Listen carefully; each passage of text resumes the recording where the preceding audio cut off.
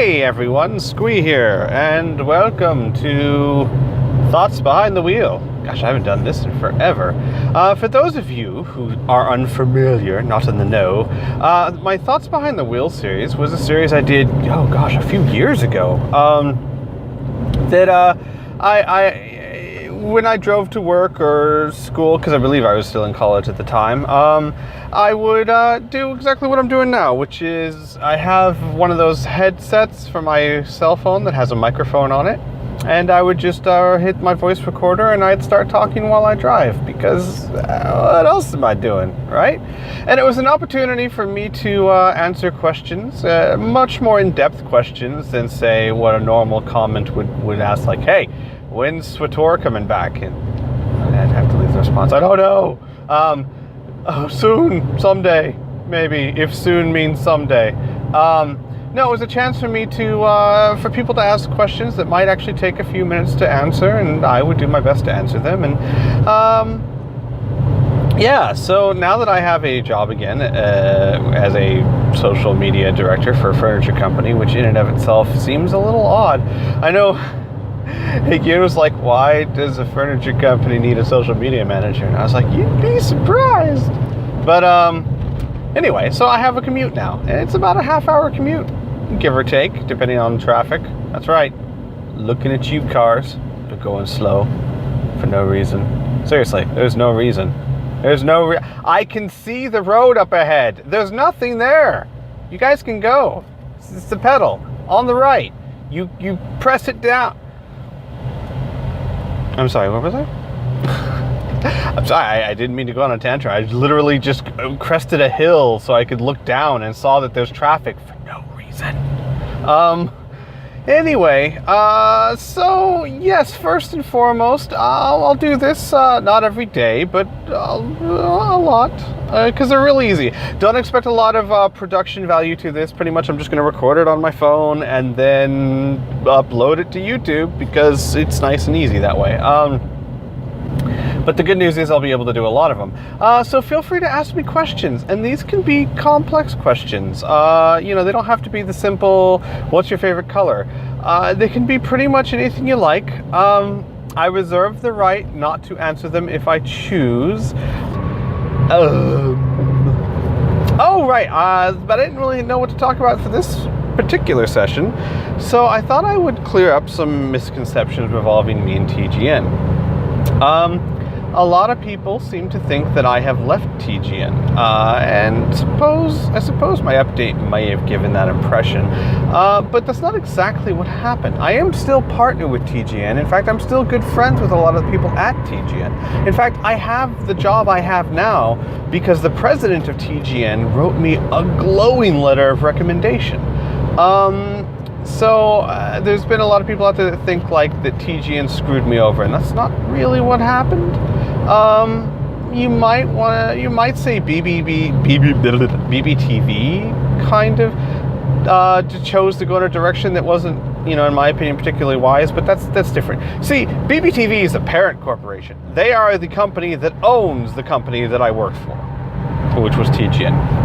And to be very specific about what happened was, I was part of the stream team, which was me, Piff, Kriana, and several others. We had a weekly schedule on TGN. We would stream, and we were making money off of that. And I was also running their TGN Army YouTube channel, and I was doing a bunch of things, and I was making a decent living off of it. However, I don't want to get too much into TGN's business because it's their business, but let's just say this. They decided that Heroes of the Storm was doing really, really well, and they wanted to do more of that. Their parent company said, let's just make the streams about this. And they were kind of like, but our stream team, and they're like, make them play that or tell them to get out. And they were kind of like, well, poop. They didn't really have a choice in the matter. It wasn't really up to them. And basically the point was that the stream team wasn't the direction they wanted to go. They wanted to go in a different direction, and the position I filled as my full-time job just didn't exist anymore. They were very nice about it. They gave me a severance package, which is they didn't have to do. They felt horrible about that. And like I said, AWOL, Andrew, who I'm still very good friends with, gave me an absolutely glowing letter of recommendation in hopes that I could find work elsewhere, and I did. So I have no ill will towards TGN at all whatsoever, and I'm still partnered with them. They still, I'm still monetizing all my things through them, if for no other reason than it lets me use their Epidemic Sound library, which is amazing. But yeah, so don't think too ill of TGN. It's just that TGN is a business, and sometimes businesses got to make decisions that aren't good for specific employees, and they have to be able to do that if they want to stay, well, in business. I may agree or I may not agree. That's not really my call, and I'm understanding of it. As long as they weren't a-holes about it, which they absolutely were not, I don't have any hard feelings towards them. And I think we all pretty much feel that way. I will say that TGN as a big business held certain philosophies that I never really took to. They're all about views. They love getting views. They love showing what's trending, what's hip, what's working, what's happening, what's it right now. You play the video game that just came out, and 3 weeks from now you put it down and you never touch it again because that's not what people care about. And this isn't wrong. I have to stress that. This isn't wrong. It's actually very effective. And if you look at TGN, you see their steady growth because of this strategy.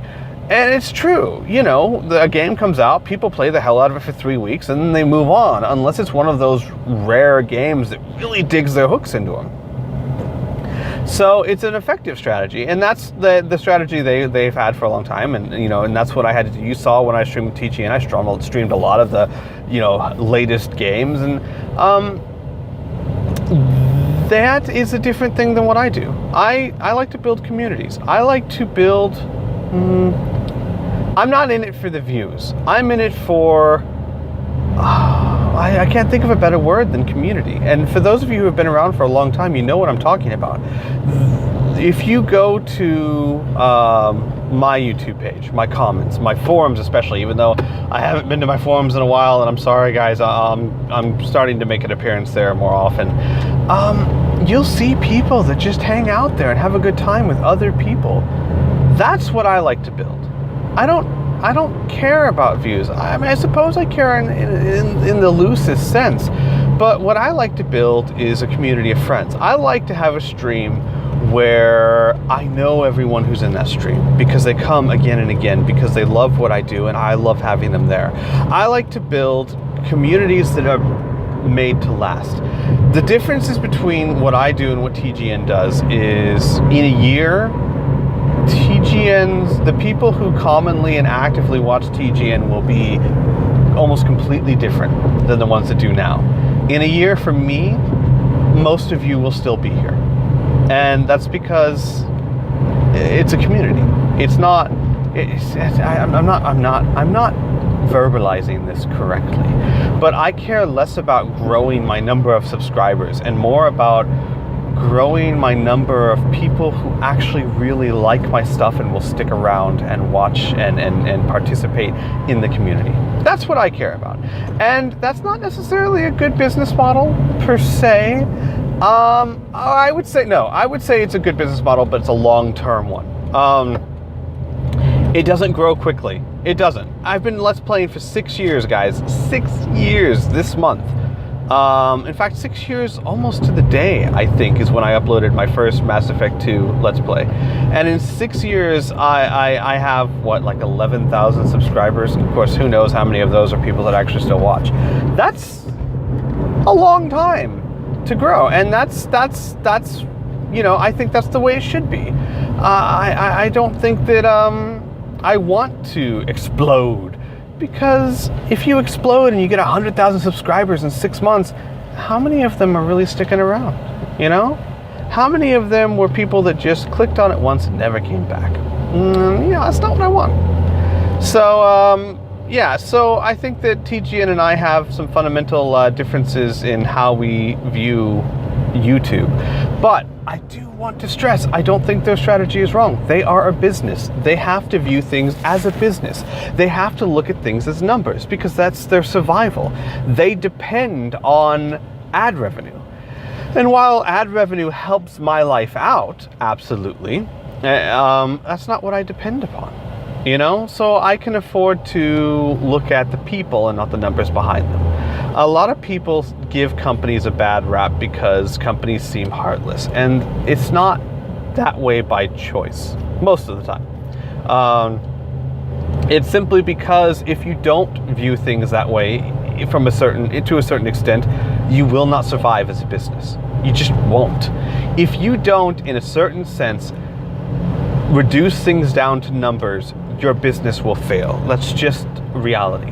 Now, you have smart businesses have people like me, who's a social media, director, which I know what the common response is, but you're never on your social media. Yes, that's true, but that doesn't mean I don't understand social media and how it works and how to make it work. But there are smart companies hire people like me who help the company seem human. We live in a world now where if I have a bad experience at a grocery store or any sort of store, in 10 minutes I can blog about it on Facebook and Twitter and Tumblr, and in 10 minutes 100 people heard about my horrible experience. That's really bad for companies. They have to care now about what an individual customer thinks, because it used to be 20 years ago, one bad customer has a bad experience, and that sucks, but it's not really going to hurt your business. Who are they going to tell? It's just one customer. Now it's like, oh snap, there's going to be 200 people that know about this in the morning.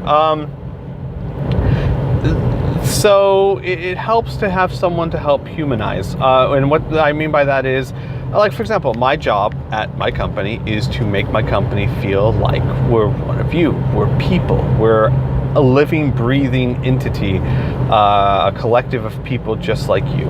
And to show that we have a sense of humor and we can have fun. And yes, we're serious, but we also care. If someone has a problem, instead of having them go rave about it on Facebook and things like that, or if they do go rave about it on Facebook, to try and say, hey, we understand, and man, we're really sorry that happened, and maybe we can fix this. Actually, the owner of my company is pure genius. He actually sent out a bunch of emails to past customers and said, if you had any problems with us whatsoever, call me directly, here's my number, and talk to me, and we'll see if we can sort through it. Because that avoids them going to, say, Google and leaving a horrible review, because why would they do that when they can call the owner of the company and yell at him personally? Which sucks for him, but it's great for the company because we don't have negative reviews, and it's great for the customer because they feel like they actually spoke to someone that matters. Anyway, I'm getting into boring stuff. My point was different philosophies between the way TGN looks at things and the way I look at things. However, I am happy to say that I have grown a close circle of friends and Let's Players who feel the same way I do. Namely Kriana, Piff, Inferno, Burn, and a few others. And that's why we've decided to make SciLP, which I'm sure you've heard us talk about it before. It's our new cooperative YouTube channel. I'll put the link in the description. You should definitely go there and subscribe. Anything we do as a group from now on, Rifts and Ardenfell will still go up on my channel because it seems kind of weird to just switch it over.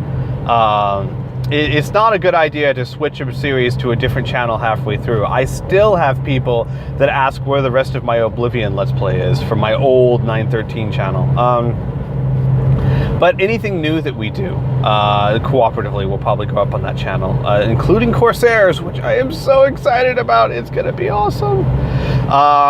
Yeah. We all feel the same way. We feel that, YouTube and Let's Playing in particular is about growing a community, not growing your numbers. And yeah, that's that. I am almost home because, believe it or not, the traffic was nowhere near as bad as I thought it was going to be. And so I'm going to go ahead and stop this for now. But hey, welcome back to Thoughts Behind the Wheel. And leave some questions so that I know what the hell to talk about. All right? Yeah. See you guys later. Bye.